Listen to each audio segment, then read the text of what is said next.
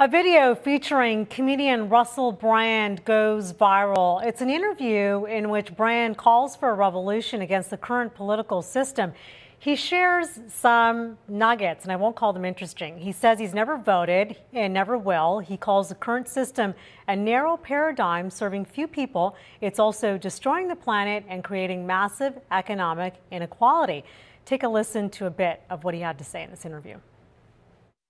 It's not that I'm not voting out of apathy. I'm not voting out of absolute indifference and weariness and exhaustion from the lies, treachery, deceit of the political class that has been going on for generations now, and which has now reached fever pitch, where we have a disenfranchised, disillusioned, despondent underclass that are not being represented by that political system. So voting for it is tacit complicity with that system, and that's not something I'm offering up. Well, why don't you change it then? I'm trying to. Well, why don't you start by voting? I don't think it works. People have voted already, and that's what's created the current paradigm. When did you last vote? Never. Alrighty then, let's bring in our national affairs columnist, Anthony Furey. And Anthony, my senior producer Dave made me sit through that. It's actually, what, a 9-minute interview. I can only get through 3 minutes before I thought, please, I've had enough. The guy couldn't sit in his chair. I actually felt sorry for the guy who had to interview him, who's saying, how do you plan to change anything if you're not even part of the process? Okay, Anita, this interview was about the fact that Russell Brand is guest editor of the current issue of the New Statesman. That's sort of the left-leaning magazine of note in the United Kingdom. And Brand wrote a 5,000-word essay detailing further his vision. And my column's sort of, half on the video, but about half on the essay. So the essay's a bit more interesting.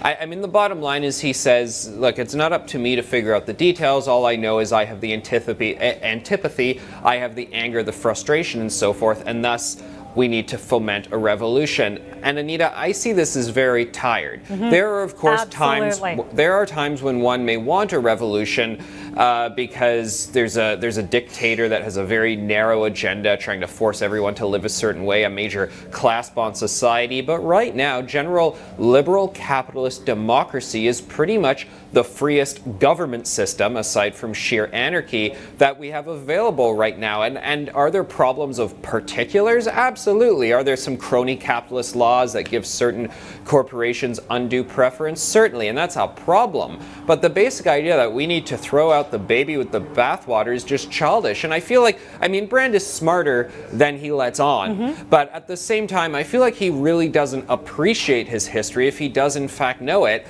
because the basic idea of revolution, and there's a quote that really struck out to me that I want to read. He says, "Total revolution of consciousness and our entire social, political, and economic system is what interests me." Well, look, you're going to have to do that by force. Completely redoing people's social consciousness. I mean, you're going to have to bring out the bayonets and throw some people up against the wall. And we just came. It's not going to happen taking a passive stance, putting out, a thrilling essay.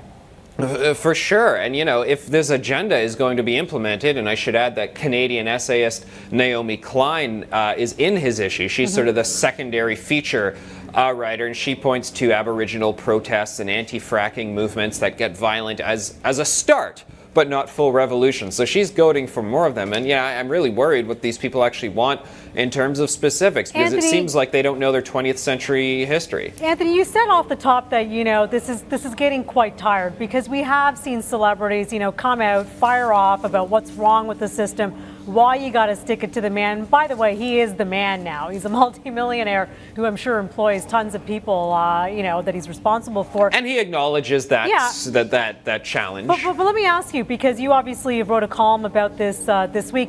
Does he offer any solutions other than just throwing it out there that there's a problem? Because a lot of people can come out and say, hey, there's a problem with this and there's a problem with that. But does he offer up any solutions on how we can fix this problem other than this revolution situation? No, most people don't, because they think it's very easy. They think you just need to pass some sweeping law that says everyone must be good and awesome and amazing, but then they get there and they pass the law from the very people he doesn't trust and he doesn't want governing. Well, and that's the other challenge. He seems in some sense very anti-government. He doesn't like any politicians. He doesn't like the political system, fine. But then he seems to want sweeping regulations to force people to behave a certain way. So a lot of times what we realize that there are people who are just too lazy to look at the details of how current society works and how that should be tinkered for us to make a better society. Rather, they think, well, what would be better is if me and my ilk were dictators and through edict we could force people to live the way we want them to live. That ultimately seems to be what he's wanting. He certainly doesn't want less government. He seems to want a hell of a lot more.